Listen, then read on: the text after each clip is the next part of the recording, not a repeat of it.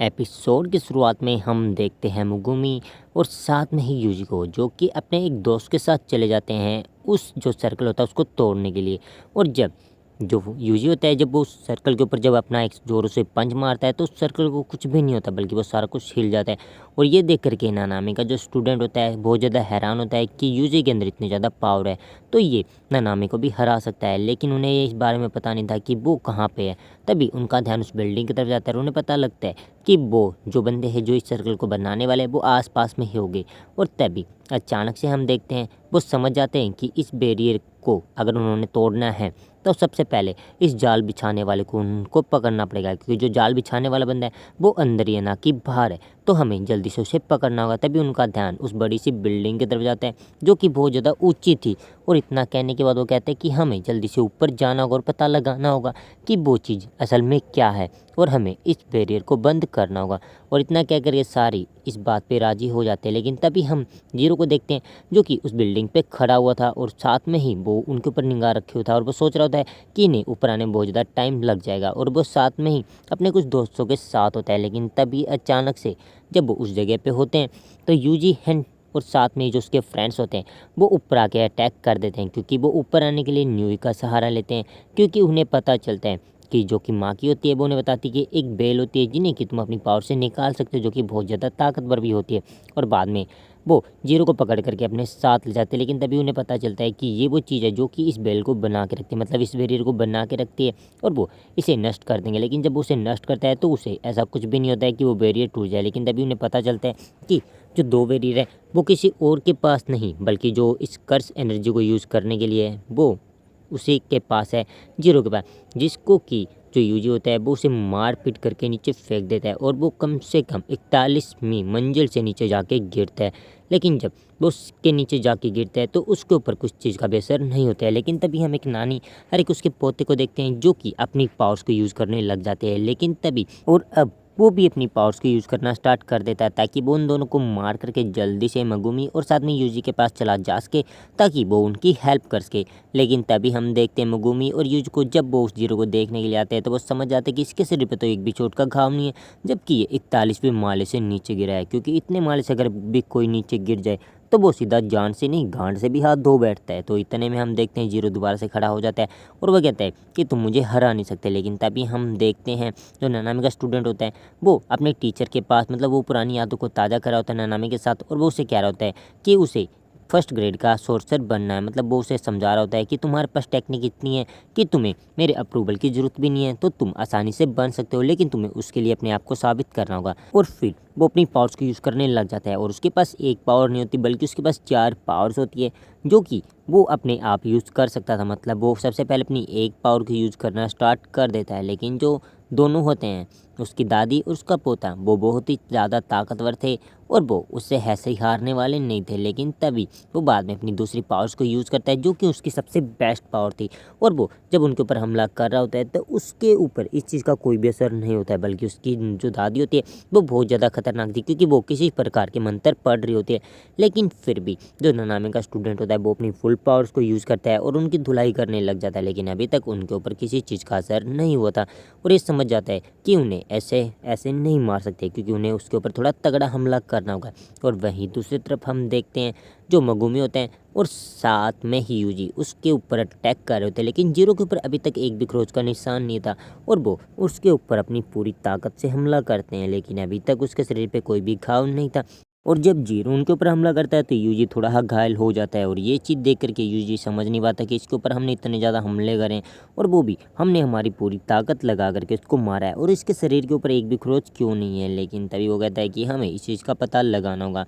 लेकिन तभी जब वो डायमंड डॉग को कहता है कि जल्दी से हमें इसे रोकना होगा तो वो उन्हें कहता है कि मेरे पास कोई आइडिया नहीं है। और तभी हम देखते हैं जो नानामी का स्टूडेंट होता है वो उसकी दादी और साथ में ही उस लड़के से लड़ रहा होता है। लेकिन बाद में वो बंदा समझ जाते हैं कि आफत की जड़ कोई और नहीं बल्कि ये बुढ़िया है और उन्हें अपनी इस ताकत को पूरा करने से पहले ही उन्हें इनको रोकना होगा, क्योंकि उसे ये नहीं पता था कि इसके बाद ऐसा क्या होने वाला है। लेकिन तभी अचानक से वो कुछ ऐसे मंत्र पढ़ती है और उसके अंदर वो टोजी का नाम लेती है। इतने में ही वो बंदा एक चीज़ उठा लेता है जिसके हाथ में वो कैप्सूल सा होता है और अचानक से उसे गिर जाता है। और जब उसे गिर रहा होता है तो अचानक से वो उसे रोकने का ट्राई करता है। लेकिन तभी जब वो अपनी फिरकी से उसके ऊपर हमला करता है तो वो उसे रोक लेता है और जब वो उसके चेहरे की तरफ देखता है तो वो अब वो कोई और नहीं बल्कि वो एक टोजी के शरीर में बदल चुका था।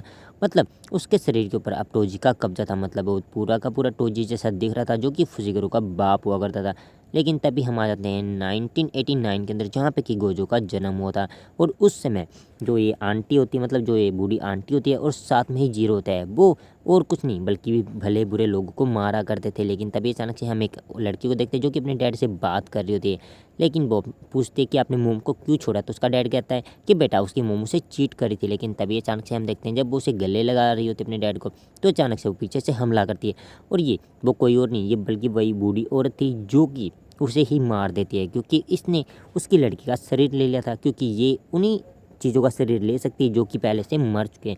और वो उसे मार करके वहाँ चले जाते हैं। और साथ में ही जो जीरो होता है वो बहुत टाइम पहले वहाँ पे वो लोगों को मार करके उन्हें टॉर्चर करके मारा करता था ताकि वो इंसानों के बारे में ज़्यादा कुछ जान सके। और वो इंसानों को ऐसे काट दिया करता था जैसे कि वो कोई कसाई हो, जैसे कि वो किसी सूअर कुत्ते पिल्लों को काट रहा हो। और इतना देख करके जब वो इस काम को कर रहे होते हैं अच्छे से, तो उन्हें एक ऑफर मिलता है कि उन्हें एक बच्चे को मारना होगा जिसका नाम सोटारू गोजो है। मतलब वो उस क्लैन का सबसे महान बंदा था जो कि अब 6 आई के साथ पैदा हुआ था। लेकिन वो उस ऑर्डर को लेकर के निकल पड़ते हैं सोटारू गोजो को मारने के लिए। और उन्हें उसे मारने के लिए पूरे 5 करोड़ दिए जाएंगे, क्योंकि वो 6 आई एक लड़का था जो कि हज़ारों सालों बाद वो पैदा हुआ था। और इतने में ही वो सुन करके हैरान हो जाते हैं कि उन्हें उसे मारने के लिए पूरे 5 करोड़ मिल रहे हैं। और वो दोनों तैयार होकर के आ जाते हैं उसका वेट करने के लिए। लेकिन जब वो उस जगह पे बैठ करके उसका वेट कर रहे होते हैं तो अचानक से गोजो नीचे होता है। और जब गोजो उनकी तरफ लखा रहा होता है तो उनके हाथ तक कांपने लग जाते हैं। और इस बात से वो समझ जाते हैं कि वो लड़का कोई नॉर्मल लड़का नहीं है बल्कि बहुत ज़्यादा ताकतवर है। और जब वो उनकी तरफ लखाता है तो वो नहीं इस बात के बारे में कहता है कि तुम मेरे ऊपर ध्यान ना दो बल्कि तुम अब यहाँ से चले जाओ। अगर तुम यहाँ रहे तो मैं तुम्हें दोबारा जान से मार दूंगा, मतलब मैं तुम्हें यहीं का रहने लायक नहीं छोड़ूंगा। और इतना कहने के बाद तो वहाँ से चला जाता है। और वहीं से हमारा जो सीन होता है वो दोबारा से शिफ्ट हो जाता है और हमारा ये सीन वहीं पे आ जाता है जहाँ पे कि वो जीरो से फाइट कर रहे होते हैं। लेकिन तभी अचानक से वो समझ जाते हैं कि ये कोई हल्का बंदा नहीं है बल्कि ये बहुत खतरनाक है और जीरो को हराना आसान बात नहीं है। लेकिन इतनी ज़्यादा चीज़ें सोचने के बाद वो समझ नहीं पाते हैं कि उन्हें कैसे न कैसे करके जीरो को हराना तो होगा ही। और वो जीरो के ऊपर बहुत ज़्यादा हमले तो करते हैं लेकिन वो उसका कुछ भी नहीं उखाड़ पाते। लेकिन बाद में जो मगुमी होता है वो समझ जाता है कि इसकी कोई टेक्निक है, तो इन्हें इस टेक्निक का पता लगाना होगा ताकि उसको पता ना चले। तो अचानक से वो अपनी एक चीज़ को यूज़ करता है और वो उसे कहता है कि गोजो अब यहाँ पे है तो वो तुम्हें मार देगा। लेकिन तभी वो उसे कह रहा होता है कि कुछ देर पहले तुम्हारा एक बंदा था जो कि टावर पे चढ़ करके कह रहा होता है कि जो अपना गोजो है वो सील हो चुका है। लेकिन तभी उन्हें ये याद आता है कि ये बात कहने वाला कोई और नहीं बल्कि यूजी था। तो उन्हें भी इस बात के बारे में पता था कि अब उन्हें इसके बारे में पता चल चुका है, क्योंकि ये सारे के सारे जो शैतान थे वो गोजो से डर करके रहा करते थे। लेकिन गोजो के कैद होने के बाद वो सारे के सारे बाहर आ गए। लेकिन तभी अपना जो मगुमी होता है वो अपनी सिकिगामी को यूज़ करता है और बहुत सारे रेबिट्स को वहाँ पे ले आता है और अचानक से उसे वहाँ पे कैद कर देते हैं। और तभी हम देखते हैं जो ननामी का स्टूडेंट होता है वो अब बहुत ज़्यादा डर चुका था, क्योंकि उसके सामने कोई और नहीं बल्कि टोजी ही था। और अचानक से जब वो उसके ऊपर हमला करने के लिए सोचता है तो उन्हें कहता है कि बेटा तुम मेरे सामने एक सेकंड भी नहीं टिक पाओगे। लेकिन फिर भी ननामी का स्टूडेंट उसकी बात नहीं मानता है और जब उसके ऊपर वो हमला करने की ट्राई करता है तो अचानक से जो टोजी होता है वो उसका मास्क उठा लेता है और बाद में वो उसकी गर्दन पकड़ लेता है और उसके ऊपर इतने ज़्यादा हमले करता है कि वो सोच भी नहीं सकता कि उसको कितना ज़्यादा बुरा पिटना था। और वो उसे मार मार के वहाँ पे अधमरा कर देता है। लेकिन तभी हम देखते हैं कि उसका मास्क भी जाके साइड में गिर जाता है। और अब जो होता है जो जीरो वो सोचता है कि अब ये मुझे नहीं हरा पाएंगे बल्कि ये यहाँ से भागना चाहते हैं। लेकिन तभी अचानक से जो सारे सिकिगामी होते हैं वो वहाँ से गायब हो जाते हैं और अचानक से एक बहुत बड़ा हाथी आकर के गिरता है, जिससे कि जो जीरो होता है वो रोक लेता है और उसे लगता है कि वो यहाँ से भागने का ट्राई करे और उसका ध्यान भटकाने की कोशिश कर लेता कि वो यहाँ से भाग जाए। लेकिन इतने में ही वो वहाँ से उस चीज़ को गायब कर देता है और अचानक से यूजी उसके ऊपर कार फेंकता है। और यूजी की पावर देख करके वो बहुत ज़्यादा हैरान रह जाता है कि ऐसे किसी नॉर्मल बंदे के अंदर इतनी ताकत कैसे हो सकती है। और वो इसके ऊपर जब कुछ भी करता उससे पहले वो उसके ऊपर हमला करना स्टार्ट कर देते। लेकिन तभी वो उसके बारे में ये बात समझ चुके थे कि इसकी ये कोई टेक्निक है, तो उन्हें इस बारे में पता लगाना होगा और वो इस बारे में पता लगा चुके थे। और तभी वो सोचते हैं कि ये इसकी टेक्निक इनवर्स है और वो समझ जाती है अब इस बंदे को कैसे हराना है। तो वो उसके ऊपर तेज़ वार करेंगे तो उसके ऊपर कोई भी असर नहीं होगा, बल्कि उसकी पावर्स बढ़ेगी। तो वो अब सोच लेते हैं कि उन्हें अब मंदा वार करना होगा। तो वो समझ जाते हैं कि वो जब वो उस चीज़ से बाहर होते हैं तो वो समझ जाते हैं कि इसके ऊपर हमने बहुत बड़े बड़े वार कर लिए।